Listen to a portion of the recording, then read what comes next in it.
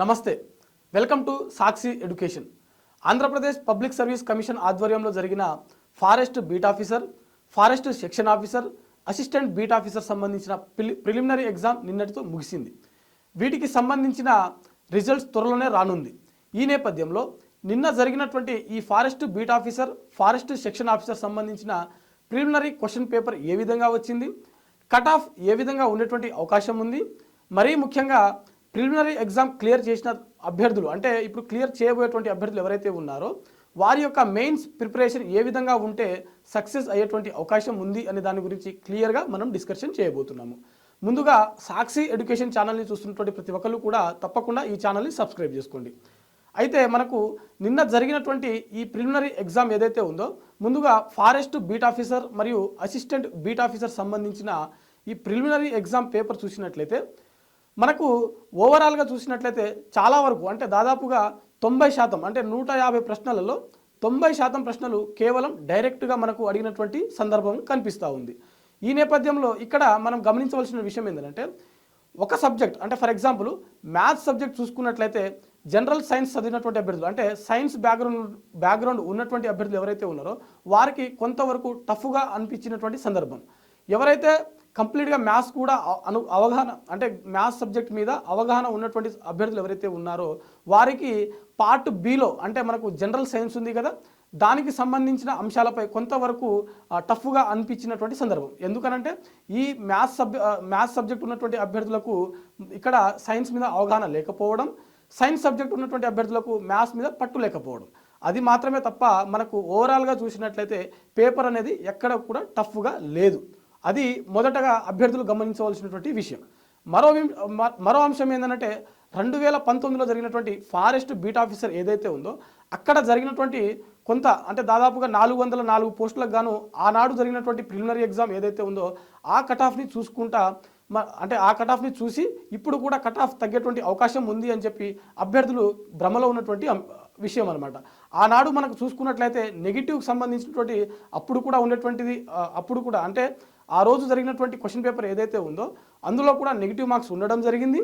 దాంతోపాటుగా కొన్ని ప్రశ్నలు, అంటే కాంట్రవర్సీ ఉన్నటువంటి ప్రశ్నలు కావచ్చు, ఆన్సర్స్ లేనిటువంటి ప్రశ్నలు కావచ్చు, అలాంటి ప్రశ్నలను ఆనాడు జరిగినటువంటి ఎగ్జామ్లో డిలీట్ చేయడం జరిగింది. సో ఆ నేపథ్యంలో ఆ రోజు జరిగినటువంటి ప్రిలిమినరీ ఎగ్జామ్ యొక్క కట్ ఆఫ్ వచ్చేసరికి కొంతవరకు తగ్గినటువంటి సందర్భం. కానీ ఈ రోజు జరిగినటువంటి క్వశ్చన్ పేపర్ చూసినట్లయితే ఆల్మోస్ట్ మనకు ప్రతి క్వశ్చన్ కూడా ఎలాంటి కాంట్రవర్సీ లేకుండా జరిగినటువంటి విషయం మనం గమనించవచ్చు. సో ఈ నేపథ్యంలో మనకు కట్ ఆఫ్ ఏ విధంగా ఉంటుంది అని అంటే, ఓసీ అభ్యర్థులకు వచ్చేసరికి, అంటే ఓసీ జనరల్ అభ్యర్థులకు వచ్చేసరికి 40% ఖచ్చితంగా క్వాలిఫైకి మనకు ఉండాల్సినటువంటి విషయం. మరోవైపు బీసీ అభ్యర్థులు అయితే 35% మార్కులు ఖచ్చితంగా పొందవలసినటువంటి విషయం. ఎస్టీ మరియు ఎస్సీ అభ్యర్థులు ఎవరైతే ఉన్నారో వారికి 30% కంటే పైన మార్క్స్ వస్తే, అంటే 30% మార్క్స్ వస్తే క్వాలిఫై అవుతారనేది మీరు గమనించవలసినటువంటి విషయం. ఇది మనకు ఆంధ్రప్రదేశ్ పబ్లిక్ సర్వీస్ కమిషన్ వారు ఇచ్చినటువంటి అఫీషియల్ గతంలో ఇచ్చినటువంటి జియోకి సంబంధించింది. మరి దీంట్లో ప్రస్తుతం ఉన్నటువంటి ఈ ఫారెస్ట్ బీట్ ఆఫీసర్ సంబంధించిన నోటిఫికేషన్ ఏదైతే ఉందో దాంట్లో ఎక్కడ కూడా ఈ యొక్క క్వాలిఫైయింగ్ పర్సంటేజ్ అనేది మెన్షన్ చేయలేదు. కానీ గతంలో ఇచ్చినటువంటి జియో నెంబర్ MS-05 ఏదైతే ఉందో దాన్ని మనం ఆధారంగా, అంటే అక్కడ ఒక లైన్ మెన్షన్ చేయడం జరిగింది నోటిఫికేషన్లో. మనకి పేజ్ నెంబర్ 10 అనుకుంటాను, 10వ పేజ్ నెంబర్ 10లో నోటిఫికేషన్ ఏదైతే ఉందో దాంట్లో మెన్షన్ చేయడం జరిగింది. సో దాన్ని మనం చూసుకున్నట్లయితే ఖచ్చితంగా ఎస్టీ ఎస్సీలకు 30%, బీసీలకు 35%, ఓసీ జనరల్ అభ్యర్థులు ఎవరైతే ఉన్నారో వారికి 40% మార్క్స్ వస్తే క్వాలిఫై అయ్యేటువంటి అవకాశం ఉంది అనేది మీరు గమనించవలసినటువంటి విషయం. ఒకవేళ ఏపీపీఎస్సీ వారు మనకు మరొక ప్రెస్ నోట్ ఇచ్చి 1:15 లేకపోతే 1:50 రేషియోలో తీసుకున్నట్లయితే కానీ మనకు కట్ ఆఫ్ అనేది మారేటువంటి అవకాశం ఉంటుంది. అంతే తప్ప మనకు ప్రస్తుతం ఉన్నటువంటి కట్ ఆఫ్ అయితే కేవలం 30, 35, 40% మాత్రమే అనేది అభ్యర్థులు గమనించవలసినటువంటి విషయం. క్వశ్చన్ పేపర్ ఏ విధంగా వచ్చిందని మనం గమనించినట్లయితే మరీ టఫ్ కాదు, మరీ ఈజీ కాదు, మోడరేట్గా వచ్చిందని చెప్పి అభ్యర్థులు అయితే గమనించవలసినటువంటి విషయం. ఫారెస్ట్ బీట్ ఆఫీసర్ సంబంధించిన పరీక్షకు 1,17,000 మంది అభ్యర్థులు దరఖాస్తు చేసుకుంటే దీంట్లో 1,07,000 మంది అభ్యర్థులు హాల్ టికెట్, దీనికి సంబంధించిన ప్రిలిమినరీ హాల్ టికెట్ని డౌన్లోడ్ చేసుకోవడం జరిగింది. దీంట్లో దాదాపుగా 97 చిల్లర, అంటే 97,000 చిల్లర మంది అభ్యర్థులు ఎగ్జామ్కి హాజరవ్వడం జరిగింది. సో ఈ నేపథ్యంలో మీరు ఒకటి గమనించవలసిన విషయం ఏంటంటే, చాలామంది అభ్యర్థులు సీరియస్ ఆస్పిరెంట్స్ ఈ ఎగ్జామ్లో పాల్గొన్నారని మీరు గమనించాలి. ఇప్పటి నుంచే మీ యొక్క మెయిన్స్ ఎగ్జామ్ యొక్క ప్రిపరేషన్ని ప్రారంభించండి. నిన్న జరిగినటువంటి ప్రిలిమినరీ ఎగ్జామ్ ఏదైతే ఉందో దీంట్లో సెక్షన్ బి అంటే మనకు పార్ట్ బికి సంబంధించిన జనరల్ సైన్స్ ఏదైతే ఉందో దాంట్లో దాదాపుగా 10ల సంఖ్యలో మనకు ప్రశ్నలు కేవలం సాక్షి ఎడ్యుకేషన్ వాళ్ళు గత కొద్ది రోజులుగా ప్రొవైడ్ చేసినటువంటి జనరల్ సైన్స్ టెస్ట్ సిరీస్ ఏదైతే ఉందో వాటి నుంచి రావడం జరిగింది. మరిన్ని సంబంధించినటువంటి ప్రశ్నలు అంటే సెక్షన్ బికి సంబంధించిన జనరల్ సైన్స్ సంబంధించిన టాపిక్ వైజ్గా మనకు లెసన్ల వారీగా సాక్షి ఎడ్యుకేషన్ వెబ్సైట్లో మనకు టెస్ట్ సిరీస్ అందుబాటులో ఉంది. మీ యొక్క మెయిన్స్ ప్రిపరేషన్ ఏదైతే ఉందో మీకు ఈ బిడ్ బ్యాంకు ఈ టెస్ట్ సిరీస్ మీకు ఉపయోగపడేటువంటి అవకాశం ఉంది. దీన్ని సదా మీరు సద్వినియోగం చేసుకొని సక్సెస్ అవ్వడానికి ఒక అవకాశంగా మేము ఇస్తున్నటువంటి ఒక అవకాశం.